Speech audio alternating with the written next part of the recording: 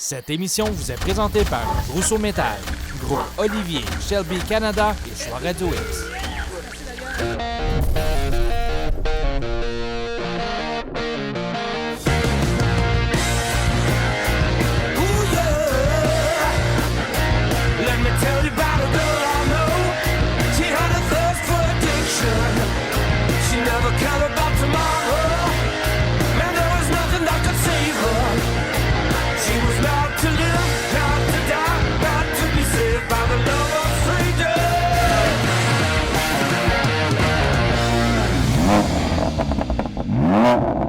Salut tout le monde, je vous souhaite la bienvenue à cette première émission de la 10e saison de Festidrag.tv. C'est vraiment un plaisir de vous retrouver et bien sûr de retrouver mon acolyte Martin d'Anjou. Martin d'ailleurs qu'on retrouve en Floride.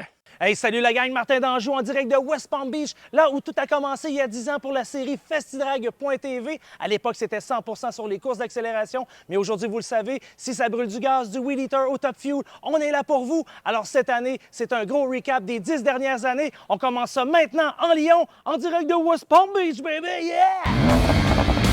Depuis 10 ans, toute l'équipe de Festidrag.tv sillonne l'Amérique du Nord pour vous présenter des entrevues exclusives et surtout avec les plus grands noms de l'industrie. On commence ça maintenant avec mon chum John Force.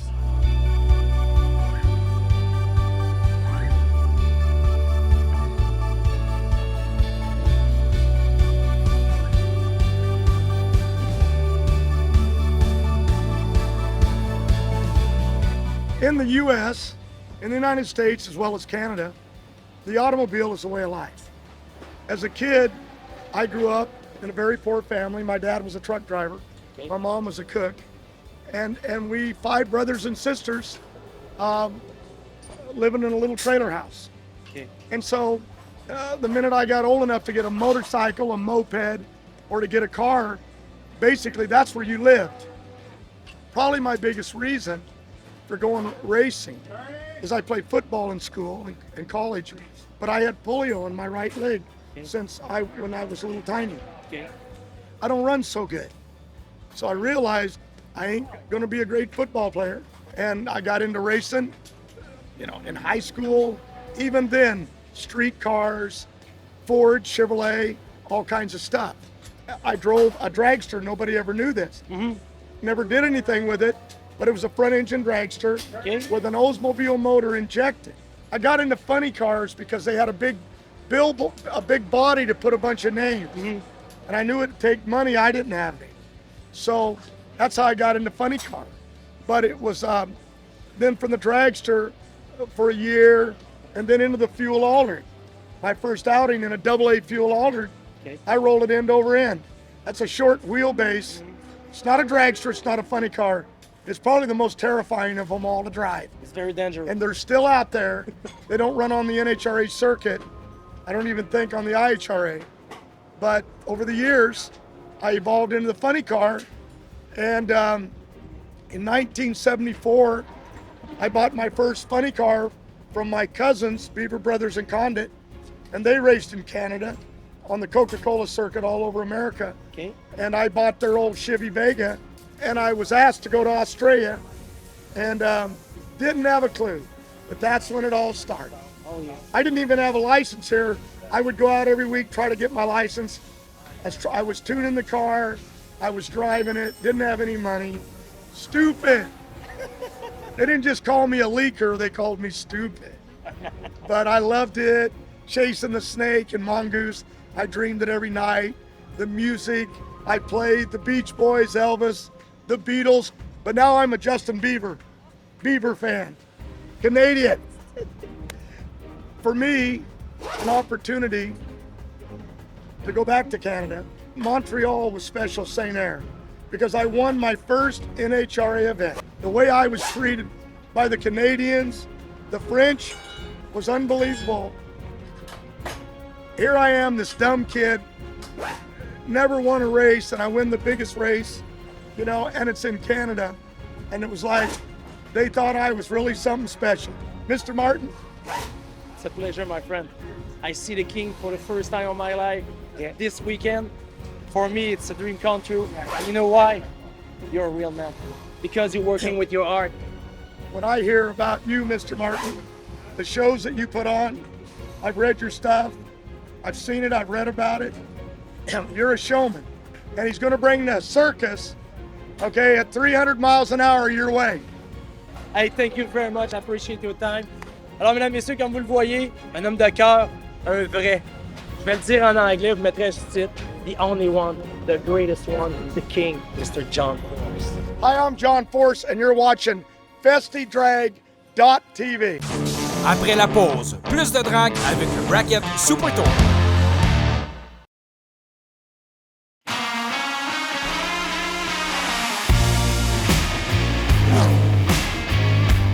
Voici un résumé en images, mais surtout en son, du dernier Super Tour Bracket Finals présenté à Luskville en automne dernier.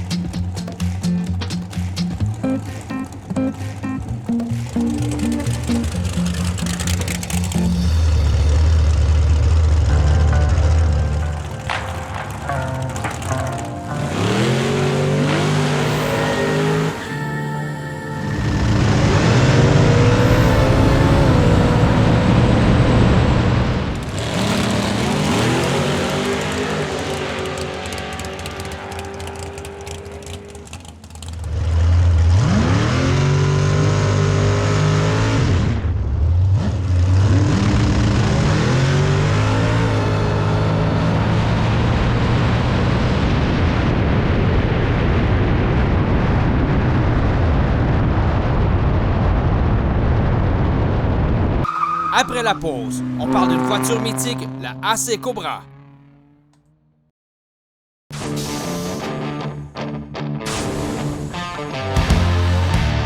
Tout au long de la saison, on aura le plaisir de vous présenter des véhicules Shelby, 5 voitures plus précisément, qu'on a eu le privilège d'essayer l'automne dernier.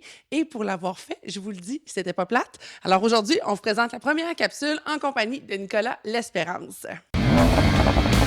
Ce segment vous est présenté par Shelby Canada et Groupe Olivier.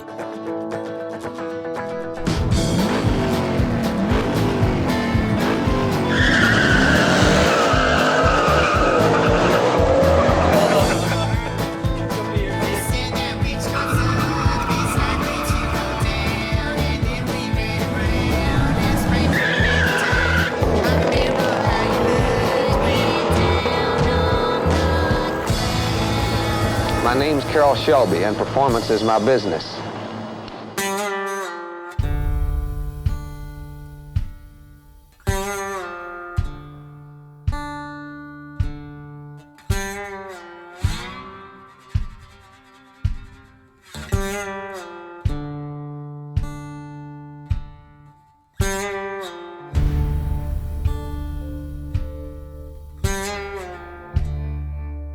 Cette semaine, à la chronique Shelby Canada, groupe Olivier avec Nicolas L'Espérance, on parle de la AC Cobra.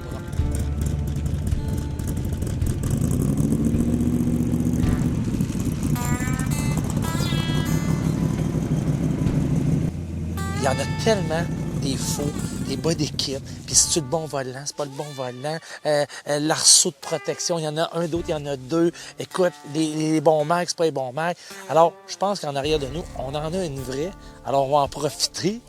Explique-nous le vrai du pas vrai. Les AC Cobra, c'est fait sous licence ou c'est fait original chez AC Cobra. La voiture est produite par Superformance, ça veut dire le châssis et la carrosserie est fabriquée par Superformance en Afrique du Sud. Okay. Puis ça, c'est envoyé dans des conteneurs directement chez Shelby. À partir du moment que ça arrive chez Shelby, ça peut être deux finitions possibles. Ça peut être une finition qu'on appelle SPO, qui va être de Superformance, signée avec un numéro de série Superformance, okay, qui va être une version un peu moins chère. Puis tu vas avoir la version qui est Carroll Shelby, qui va être CSM. CSM veut dire Carroll Shelby Manufacturing. Okay. La plus grosse valeur de tout ça, ça va être le numéro CSM. Okay. Dans la série Héritage, ça va être un numéro qui va commencer par CSX. Puis là, après ça, il va y avoir une série de chiffres pour l'année, le modèle, puis tout ça. Mais de la série originale de 1965, puis tout ça, il y a seulement que 200 voitures qui circulent dans le monde. Okay. Ces voitures-là, si on parle des voitures qui auraient appartenu à la famille Shelby, bien, ces choses-là, là, on parle de voitures qui vont tourner dans les 5, les 6 et les 7 millions.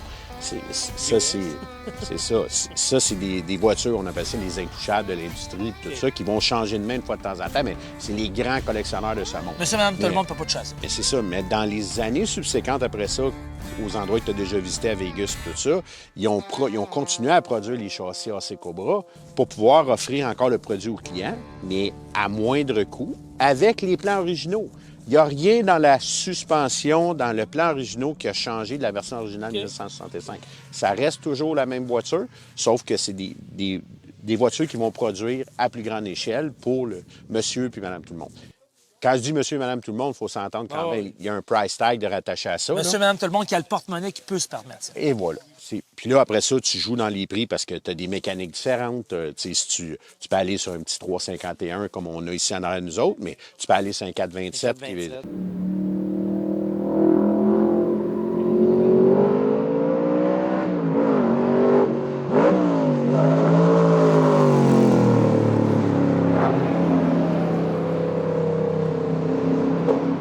Pour démystifier, ce que tu disais tantôt au niveau des kit cars puis des copycats puis ces choses-là. Oui. Ceux qui produisent des voitures de même vont aussi, il va y avoir des compagnies comme Backdraft Racing ou Factory 5, tout ça, qui vont faire un modèle qui, au look, pour le commun du mortel, va dire hey, pareil, c'est une originale. Non, c'est pas une originale, c'est une voiture qui est faite sous licence. La carrosserie va être sous la forme de qu'est-ce que tu vois là, mais il faut qu'ils changent des composites au niveau du châssis, il faut qu'ils changent des composites au niveau de la suspension, tout ça, qui va faire la différence entre les deux. Je peux vous dire une chose, les gars sont sur la coche.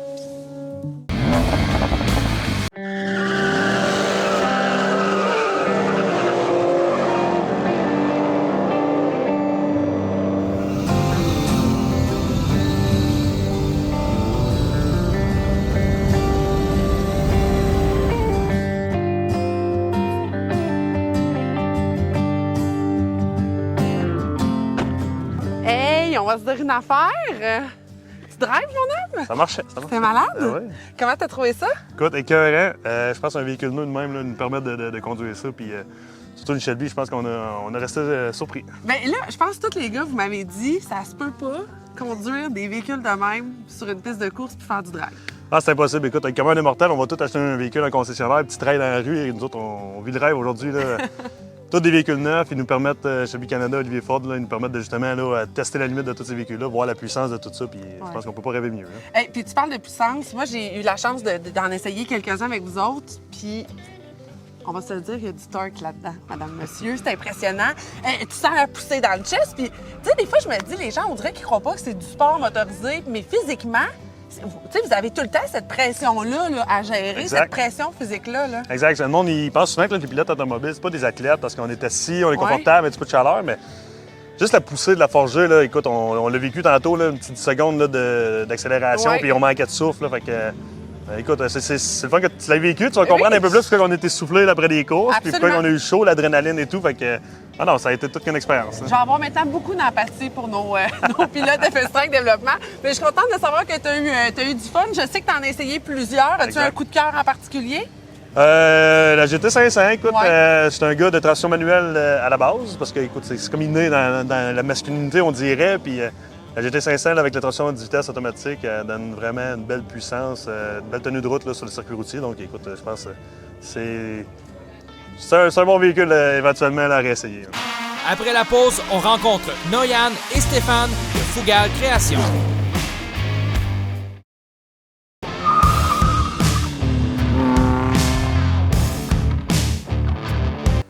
Mon nom est Stéphane Fournier. Noyan Ouellet-Galarno. Alors, nous, on se spécialise dans la fabrication de Mustang modernisés de première génération, là, de 67 à 70.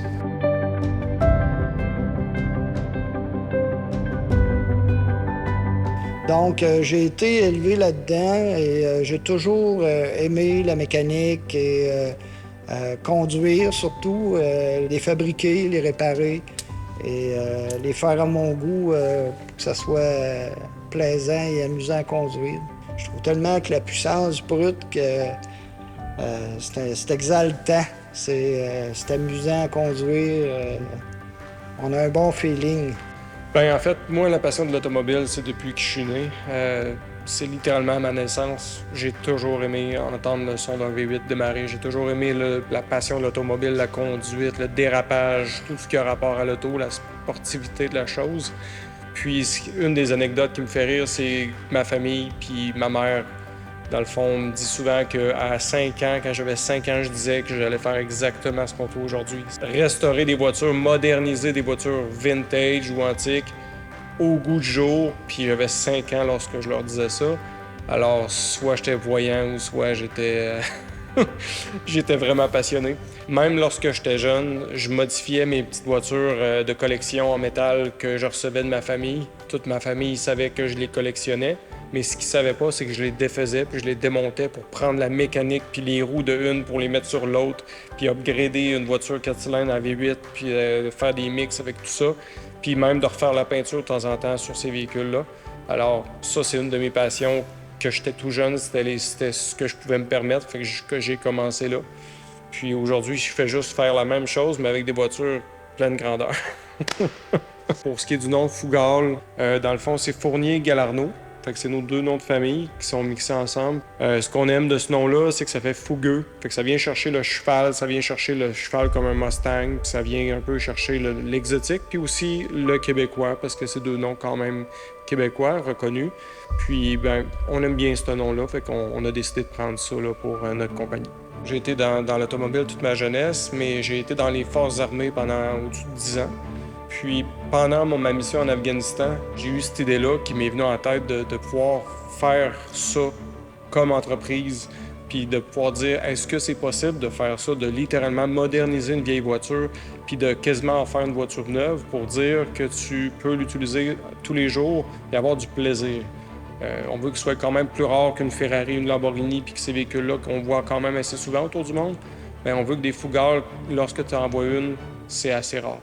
Moi, ma spécialité, c'est vraiment le design. Je fais beaucoup de fabrication dans l'atelier. On fabrique les véhicules ensemble de A à Z. Mais moi, ma passion, c'est vraiment le design. Fait que c'est moi qui fais beaucoup de 3D. Je fais la plupart des pièces qu'on fabrique, on les design ici à l'atelier. Moi, j'ai du plaisir autant à designer ces véhicules-là en arrière d'un écran, autant que de le travailler, puis de souder, puis de travailler sur le véhicule dans l'atelier. Fait que, dans le fond, ça, c'est une de mes passions. C'est vraiment le design du véhicule là, de A à Z. Moi, de mon côté, c'est plus le côté mécanique et électricité, électronique. De marier les ordinateurs ensemble, c'est déjà un beau défi. Installation aussi des pièces mécaniques, suspension, freinage, etc. Mécanique, moteur, différentiel. Il y a beaucoup de choses à faire. C'est toujours un défi à chaque fois. C'est jamais la même chose. C'est jamais pareil. Ce qui est le fun, c'est qu'on a une belle balance. Des fois, on a des petites prises de bec par rapport à des styles, des décisions, des formes, des choses comme ça, mais on finit tout le temps par s'entendre pour quelque chose qui est vraiment positif. Alors voilà, c'est ainsi que se conclut cette première émission de la 10e saison de Festidrag.tv.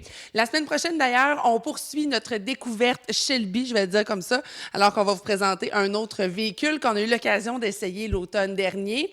On vous présente aussi la deuxième partie de notre reportage Fougal Création et bien entendu, plus de drague, vous le devinez bien. Et là-dessus, la gang, faites du bruit, yeah! Cette émission vous a été présentée par Rousseau Métal, Groupe Olivier, Shelby Canada et Choix Radio X. Burn, burn, burn, like a yellow rolling